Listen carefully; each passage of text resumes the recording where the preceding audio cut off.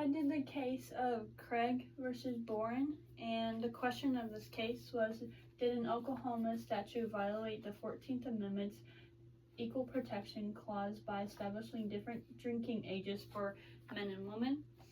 And the holding for this case was yes. In a 7-2 discussion, the court held that the statute made unconstitutional gender classifications.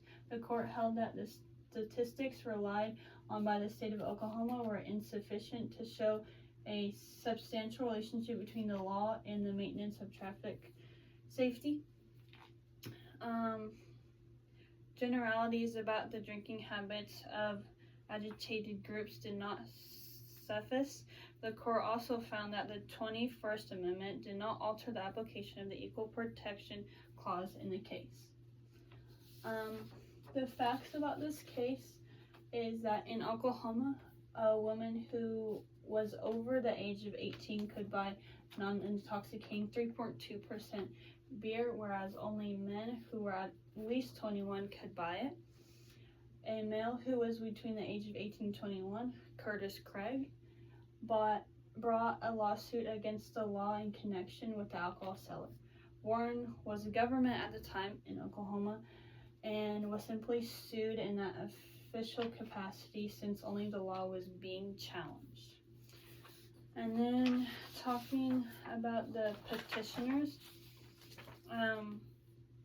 the petitioners were influenced by Craig, and he disputed that the regulation defiled the Equal Protection Clause of the 14th Amendment, which orders that no state shall decline one the equal security of laws. And I personally think the most compelling debate that was brought up in the case was the age limit for men was not based on legal government interest, but instead on a board inference that unfairly discriminated against men.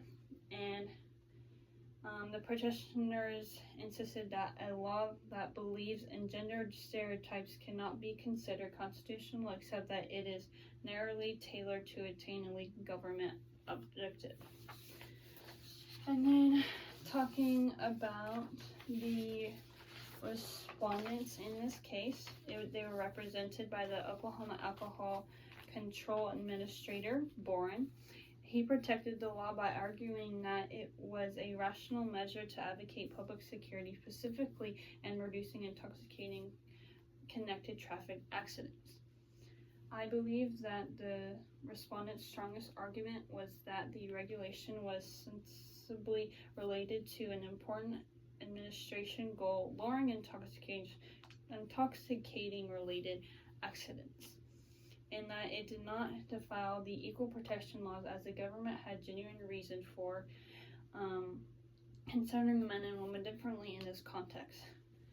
In this case, they argued that such classifications should be inspected utilizing a realistic biases standard, and under that standard, the law is justifiable.